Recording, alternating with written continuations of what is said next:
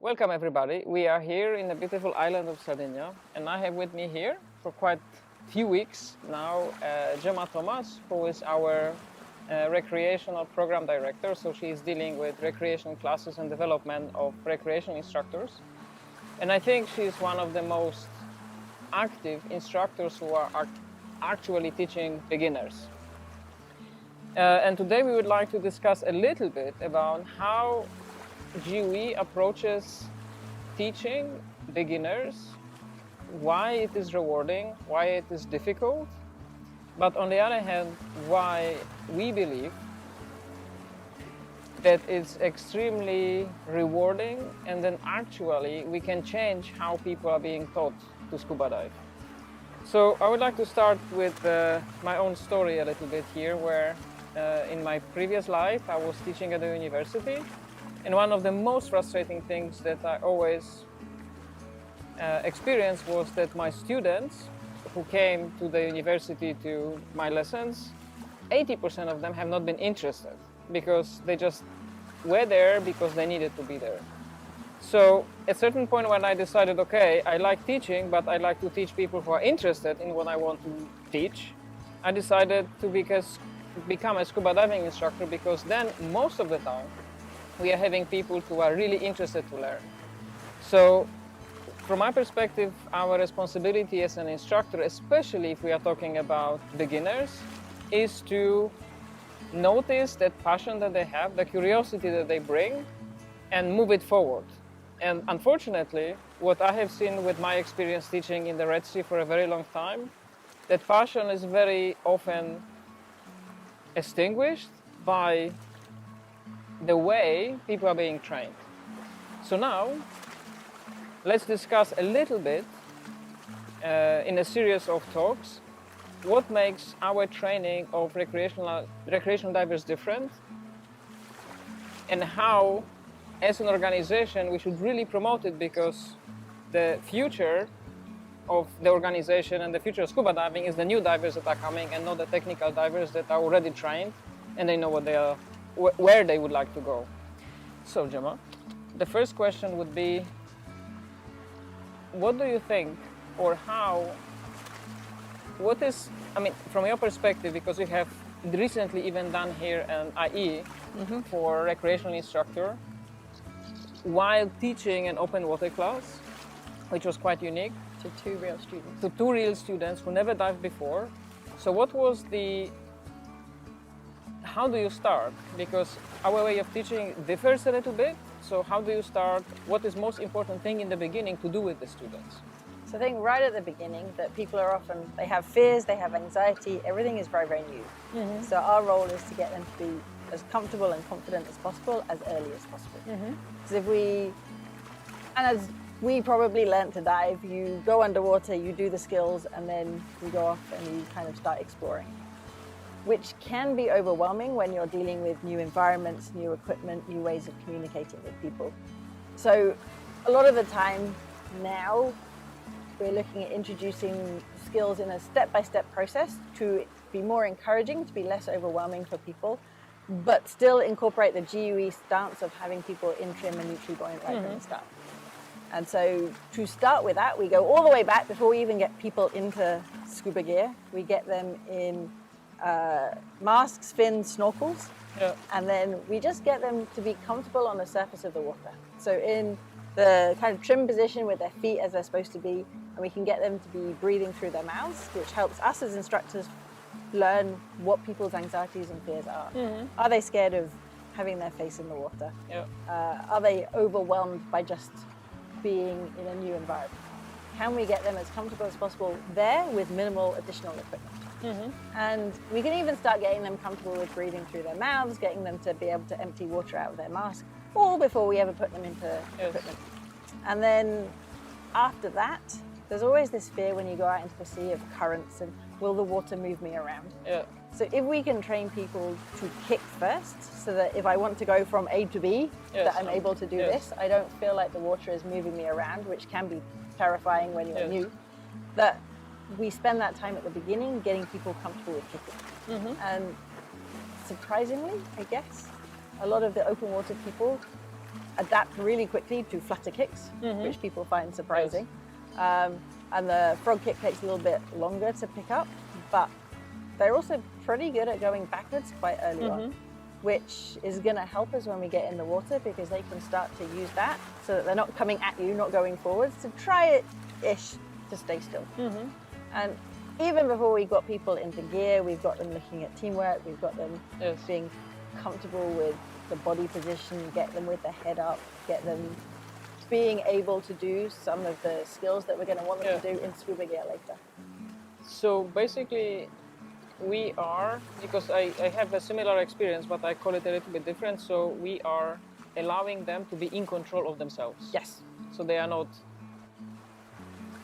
out of control, which stresses people out, because especially if you're talking about adults, they like to be in control. Yes. And if they can't, it's kind of super stressful. Yes. And it doesn't help learning in that case. And your brain has a finite capacity. Yes. And if your brain is thinking about, oh, the water's moving me, I feel like I'm falling left, I'm falling right, how do I breathe through my mouth? Then me trying to ask them to do additional stuff on top of that is never going to happen. So I need to get them as comfortable on the surface before I even start thinking about taking them underwater. Yeah, so... Which could take a long time for somebody who has a fear of water, or could take 10 minutes for somebody who's super comfortable. It's really class dependent.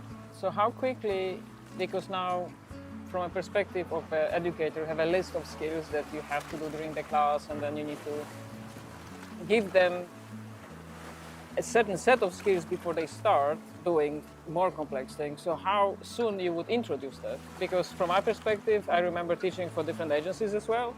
It was always, I have this list and I need to complete this list on that confined water number 1 or something. So I think, so after doing the skills with snorkels and teaching them to kick, only at that point do we put them in gear. And then we can repeat the skills, so getting them comfortable with breathing through regulators, getting them to switch so that should their primary fall out, so they can put their backup in. And we are talking about doing it on the surface of the water. So they're floating there, everything is fully inflated, there is no chance of them sinking. If they need to stand up, they can stand up. But it starts getting them used to that body position to see, okay, if I move my leg this way, how does it impact me? So that they can learn how to feel like they're in control. And we can repeat all of the skills on the surface, so that I know that they're able to do them when we go underwater. Then I think people quite often, when they're teaching, because they've got this checklist of everything that they need to do, will rush straight in. Okay, we go down and now you do the skills again. But it can be slightly overwhelming in that you have to equalize. You need to know, how much gas should I put in my DC? You talk in theory about how you're breathing. If you breathe in, you're going to go up. You breathe out, you're going to go down. When people are nervous or excited, they take massive breaths, so they're going to go up. And then it's really, really difficult to get them to feel confident in the skills if they're trying to do it and they're not stable. So if they're shooting up or if they're crashing back down again. So oftentimes it's a lot easier if you give them the time to swim. Swim around in 1 meter, 1 and a bit meters of water, so that if they need to, they can stand up. And initially, for sure, it looks like total chaos. And as an instructor, you're like, why are you here? Why are you here? But giving them that opportunity to learn for themselves and to see how their breathing impacts it will get them from kind of the bottom to the surface, to the bottom to the surface, to being able to swim around without touching anything. And at that point, they start to relax. Their brains are a little bit freer. They can focus on other things, and then we can start getting them to incorporate the skills. So all the skills we did on the surface, we can then start doing at a meter of depth. And theoretically, if something, if they would get water in the regulator on the mask, they already theoretically know how to do it. Yeah, you see it. Their mask, where I am, fogs up quite a lot. So they will actively put water in and empty it out, and then even before you start, no big deal. And then you get them to start doing the skills. And you don't launch straight into let's take the mask off and put it back in again. You get them just to take a little bit of water out, so that they're like, oh, okay, this works, I can do this. Their confidence goes up. They do it underwater rather than the surface. It still works there. They're like, okay, this is not as scary as I thought it was going to be. So we can start getting them over their fears, start dealing with their anxieties. And a lot of the initial phases can be you have somebody who's super confident in water, but a lot of the time you have somebody who's quite fearful in the water, and you end up being more of a kind of psychologist, cheerleader, getting people to feel like they're actually able Yeah. to achieve something. And if they can do the skills, it's a great confidence boost for them, Yeah. which helps you with the rest of the class. But you mentioned when we talked previously about like one thing that you can scare them off Yes. So you have by to be, doing something that we believe is correct, but Yes. actually it can scare them it's off. an interesting thing if we practice a lot when you're learning to be an instructor to do skills super slowly, super Yeah. clear. But some of the times the students think, oh, I've got to do it that slowly. And particularly with the mask removal and replacement, if you take it off and you're like demonstrating, okay, I can breathe, and they sit there and they're like, I have to take it off for that long. And then they freak out. Whereas if you do it with a more realistic speed Yes. of like, okay, I can take it off, I put it back on, empty it, everything is okay, then they're like, oh, fine.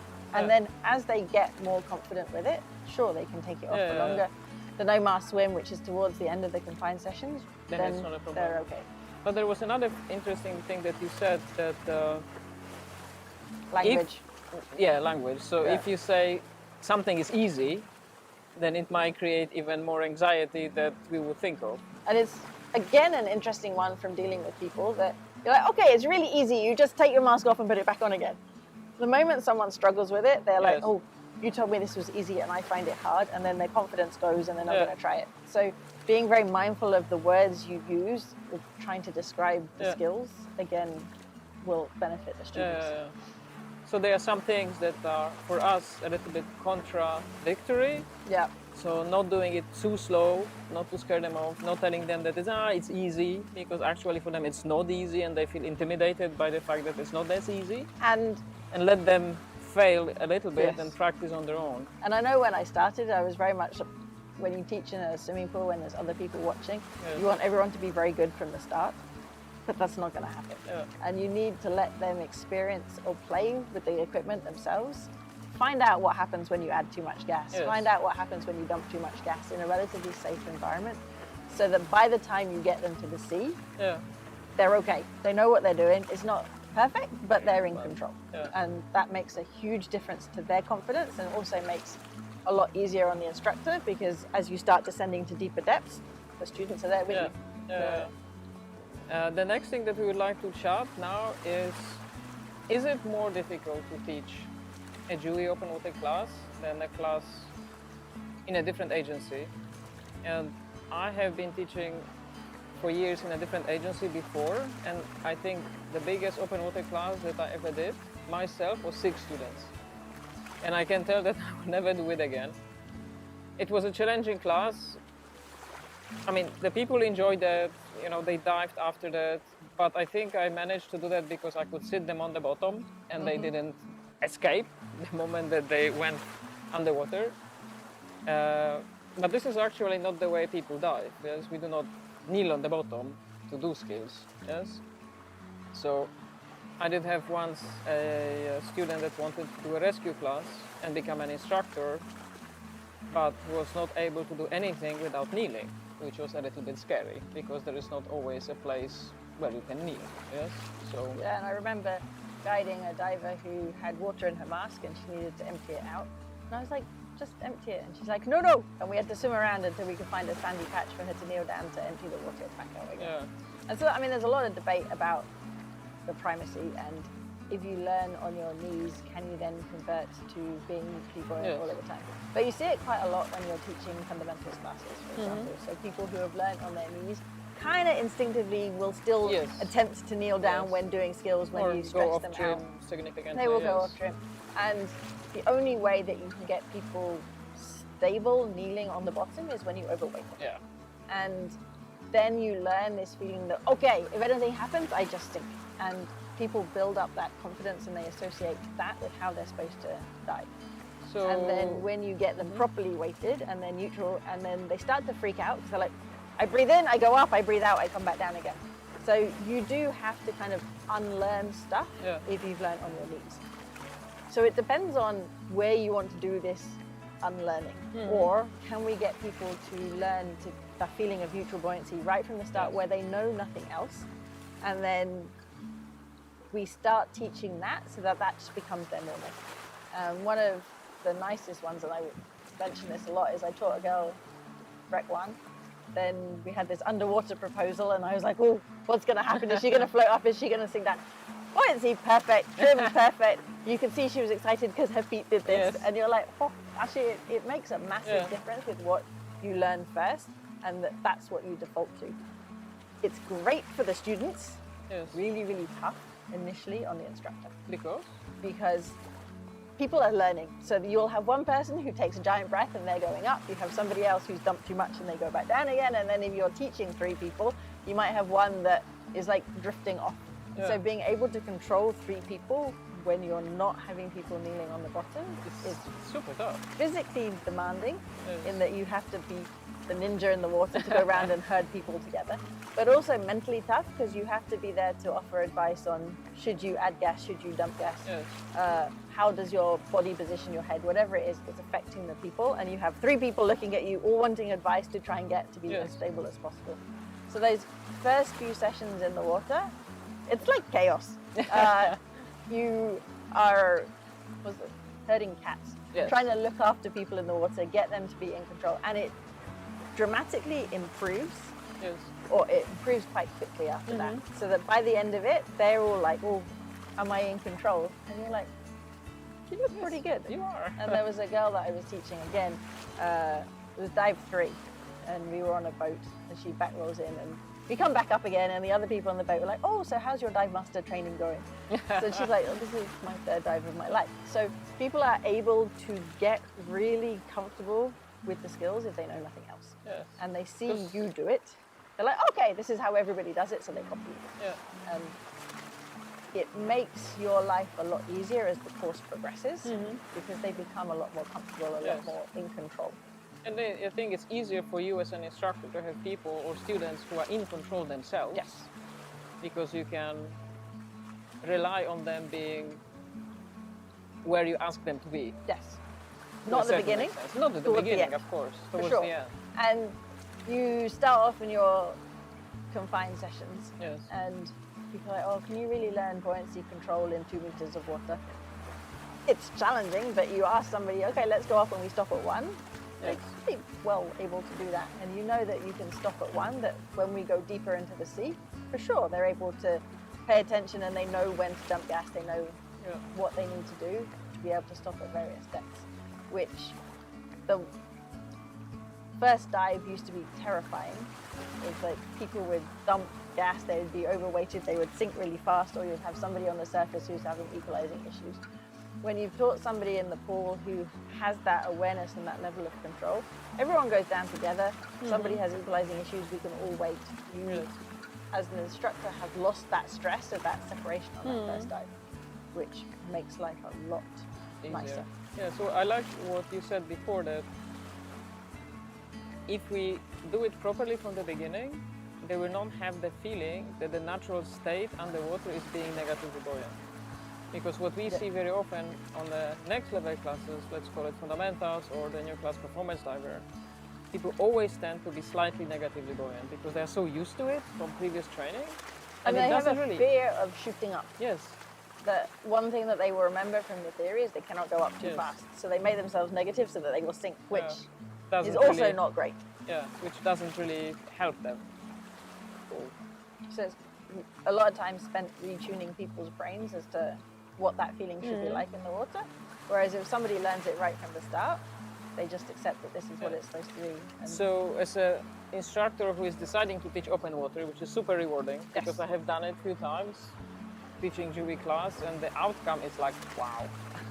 I can't believe that they are so good as they are. Yep. And they are not even aware of it because they have no comparison to. They may compare themselves to people that they see around. they tend to compare themselves with each other and with you. Yes. And then they're like, oh, I'm really struggling with this. And you're like, no, No. you're fine. You're Yes, able exactly. to control it. And then they go out and they see other people Yes. and they're like, oh, actually, I'm pretty good. Yes. I'm in control. So which is And- super rewarding. And I think what the kind of challenge is, in the beginning it will be super hard because you have 3 people doing 3 different things, trying to control buoyancy and trying to really hard to get there. And you need to, like you said, herd them a little bit. But then after that, it's so rewarding and it's way easier. So what would be the time? Like normally, when do you see that change most of the time? Because it will depend on a person, but what would be the most, okay, So, normally it appears like the here. best logistics where I can mix the confined sessions with the open water sessions. In that you could, or the aquatic sessions. After the 6th one, we can then take them out and show them a dive. Yes. And it's usually that dive where things start to click. Where it's a dive where on paper you do nothing. Yes. It's just a dive. You're taking them to slightly deeper, you're swimming around, showing them something as a reward for all the effort that they put in. And I max out until I get them to minimum gas so that they can see that it's perfectly safe to get down there. I will have dive sites where I can change depth. They feel like they're in control. We stop, we look at things. I'm lucky there's a lot of like clownfish and things that people like, and there's little shrimps in them. So we stop, we look at that, and people come up and they're like, ooh, I'm actually quite stable, I can do this. And then after that, when you start adding on the slightly more complex skills, they're okay. They have this confidence that they're all right. Yes. And so all those skills that you look at, like free-flowing regulator, or broken inflator hose, then they're like, okay, this is no problem, I will do that. And then off you go and you do it. And you go through those skills towards the end a lot faster than you do at the beginning ones. Yeah, and I think one thing is that doing that dive gives them a motivation why I should try harder, because they start to, especially if they're comfortable during the dive, they say, oh, okay, it actually makes fun. Yes. It's something that I really would like to do. Yeah. So this is one thing, and it's important. But the other thing is what you have been mentioning before when we discussed as well is time. It's not about, okay, you have done it, let's come up. Tick the box. It's giving them as much time. Similar to the sessions where you have them kicking around. I don't have a fixed time that they need to be done by. It's a fixed point where they're comfortable. Yes. And if it takes 10 minutes, great, then I will do some more skills. If it takes half an hour, we swim for half an hour. And people need different amounts of time, and that first dive as well. And I guess maybe because I'm in Asia as well, where people's consumption rates are a lot less, our dives can go well over an hour. And it's just giving them that time to get comfortable with things and see that everything we learn in the theory does apply. And everything that I could do in the aquatic sessions at 2-3 meters, I can do when I go slightly deeper. So basically, it's one of the 3 things that we always tell people will be confident, comfortable, and competent is experience. Yeah. Because they need to have the time to actually implement what we put in their heads and then what we ask their bodies to do. And I think as an instructor, you see something and you're like, oh, I must correct this really fast. But as long as they're safe, letting them adjust the gas themselves allows them to build the confidence to be that they can actually do that. Yeah. And make decisions that they're checking their gas, that they tell me when they're getting low so that we can then start in deeper dives. They see that they can hold stops on the way up, and then they're not so scared about the ascents as well, which a few dives later you've got them deploying SMBs and running the ascent themselves, and it progresses very fast. Yeah, super nice. So now we talked about why it is harder, but why it is more rewarding. But now let's talk on what an instructor should think about, or how he should prepare to teach an open water class. Because believe me or not, it's really very rewarding. If you didn't teach an open water class before, it's one of the experiences where you see people progressing and actually enjoying the time underwater is super rewarding as an instructor. And I think as an instructor as well, it's nice to see them see the ocean for the first time through their eyes, where they get excited by a turtle, get excited by a shark, whatever it is that they see, and you're like, okay, yes, it's nice. Like, it reminds me that this is why I like it as well. Why we do that in the end. Yeah. And the other thing to remember when you're preparing to teach it is not many of us, very few people would have learnt to dive through the GUE open water class. We all came in through fundamentals, which has a lot less skills than there are in the open water class. So there's some rescue components and free-flowing regulator that people don't talk about. There's the broken inflator hose, donning and doffing gear on the surface. So there's a lot to look at, to practice, and make sure that you can do the skills well to demonstrate it to the students. Again, a lot of us will have come in and we dive doubles and forget what it's like to dive singles, and predominantly people will be learning open water on a single tank. So it's a good idea to revisit that, get comfortable with it, understand how to do a valve drill on a single tank, for example. Or how to rescue. Or how to rescue somebody on a single tank, and how not to kind of push them underwater or something if you're slightly heavier than them. But the other thing is to remember that what they know at that time, and to be able to make all of the theory relatable to them, and to answer their questions, because now we've got the online learning, they're going to come in knowing an awful lot more. They're still going to have questions, and you need to be able to answer them at a level that they will understand, that's relevant to them. I want to make sure that they see the benefit of them learning this skill for now, not because in 10 years time when they do Tech 1 they might need to know it. But everything that we teach them is really beneficial for them at this point in their diving. And I think once they get it and you see this comfort, then people want to do more. They actively want to get out and get involved in projects. They want to progress further through, and having that confidence allows them to start doing this. So kind of, as you said right at the beginning, we're training right from the start the next level of explorers and people who are going to do tech, who are going to do cave. It might not be next year, it's going to be in a few years' time, but we're starting them somewhere and giving them a really good foundation. If they like it, then they can carry on and do that sort of diving. So as an instructor, how do you have any advice, how to support students that are coming to us? Because everybody who is doing something for the first time, and we always need to remember that if people are learning scuba diving, they are getting into a hostile environment. And we who has thousands of dives and dive extreme environments sometimes, we don't remember how it is to have fear of, okay, I need to remove my regulator. Or I need to put water in my mask. Or, and the fears or even just put my face in the water, or have to breathe through my mouth. And again, it's kind of have patience as an instructor. People will not do things the first time you ask them perfectly. So be prepared to repeat skills, be prepared to kind of help coach them through it, listen to what troubles they're having, finding ways around that to make sure that you can overcome their anxieties and their fears. And really show them that, sure, everyone has these fears, but if we do a little bit of work, prove to you that regulators work, prove to you that you can get water out of the mask, prove to you that, okay, there might be a bit of current, but if we adjust where in the water column we are, we can fight against it and we'll be okay. That we can start building them up so that they're actually okay when they start going out to sea. So it's what we said in the beginning, that it's not necessarily that we tell them, look, it's really easy, you can do it, because for them at that moment it's absolutely not easy. Not easy. And people have very different fears. One person, and I guess as an instructor as well, managing the differences between the students that you have. If you have one student, it's easy. Like you can focus on their skills, but you have one person who is slightly more fearful than the other, then they're going to look and be like, oh, I'm holding this person up, or how come they find it easy? But everyone will find something easy and everyone will find something difficult. So it's just managing the expectations and being there as an emotional support person, dealing with them when they get stressed, advising them how to kind of reduce their stress, repeating things as many times as they need to become comfortable and confident with it. So something that we said in the beginning, that they come to us because they want to learn how to scuba dive.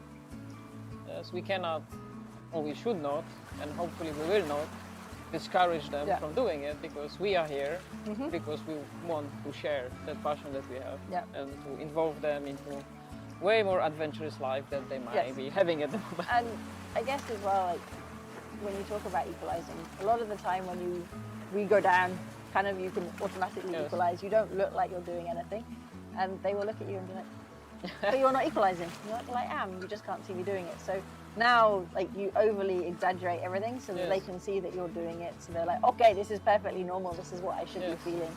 And allowing them to kind of experience that and see it, to make them feel more comfortable that this is what they should be feeling at this particular point in time. Yeah, but I think